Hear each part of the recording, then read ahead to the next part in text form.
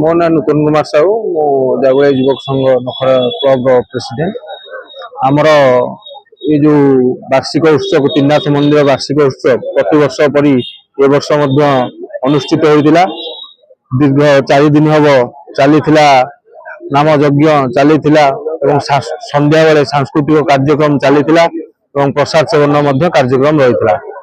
आज पूर्णाहुति दिवस रे आम पाखे प्रवचक प्रशांत मिश्र महोदय आसी लोक मान प्रवचन देते बहुत सुंदर जगन्नाथ कथा वाक्य लोक पाखे पहुंचाते आम यही त्रिनाथ मंदिर तरफ अशेष अशेष धन्यवाद। नीलाचल निवास नित्य परमात्मा ने बलभद्र सुभद्रा जगन्नाथ नम आज आमर नखरा मार्केट त्रिनाथ मंदिर चतुर्दिवसीय यज्ञ पूर्णाहुति उत्सव जगन्नाथ पंचरात्र कमिटी तरफ जगन्नाथ कथामृत स्कंद पुराण अनुष्ठित होता। मु प्रवाचक पंडित प्रशांत मिश्र भगवान जगन्नाथ अपूर्व कथा को मुखार मोर अनातुंड प्रभुंर दिव्य कथा को वर्णना कर श्रोता मान आदृत कर। जय जगन्नाथ जय जगन्नाथ जय जगन्नाथ।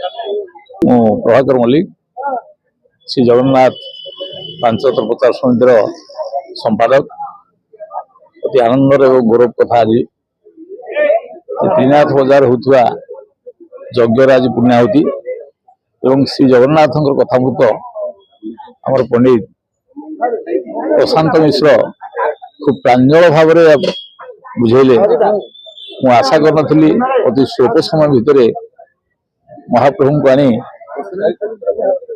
श्रीमंदिर प्रतिष्ठा करने तो गौरवर कथा मु संस्था तरफ धन्यवाद अर्पण करुच्ची एवं से आउ टिके पूर्णांग भावे महाप्रभुंकर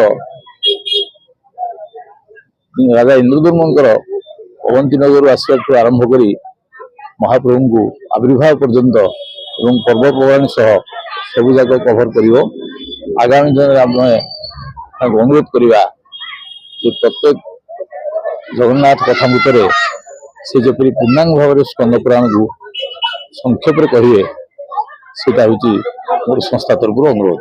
जय जगन्नाथ। जय जगन्नाथ। मु निरंजन कुमार दास श्री जगन्नाथ पंचरात्र प्रचार समितिर युग्म संपादक।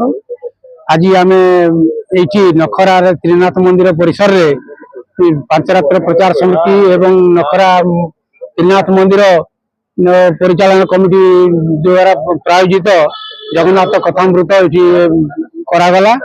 लोक बहुत संख्यार जोग देते प्रवचन भल है लोक खुशी रे आनंद रे जाइछंती एमती सब चालू थाउ प्रभु का नाम प्रचार हेले आमर धर्म आध्यात्मिक भावटा बढ़िबो समाज रे शांति आसीबो।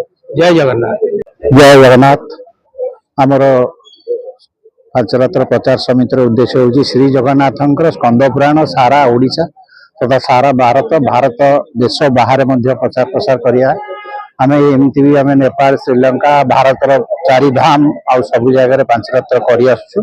तेणु श्री जगन्नाथ पुराण हूँ स्कंद पुराण। आमर इच्छा स्कंद पुराण ओडिशार प्रत्येक घरे घरे खंडे समस्ते रखु ता विषय जानतु कौन एक्चुअल प्रभुंकर केमती सृष्टि होता लीला कौन तांकर महिमा कौन तांकर क्षेत्र महात्म्य कौन तांकर जो जो भोजन जो खाइबा विषयटा काली भी विश्वनाथ सामंतरा से कथा कहते।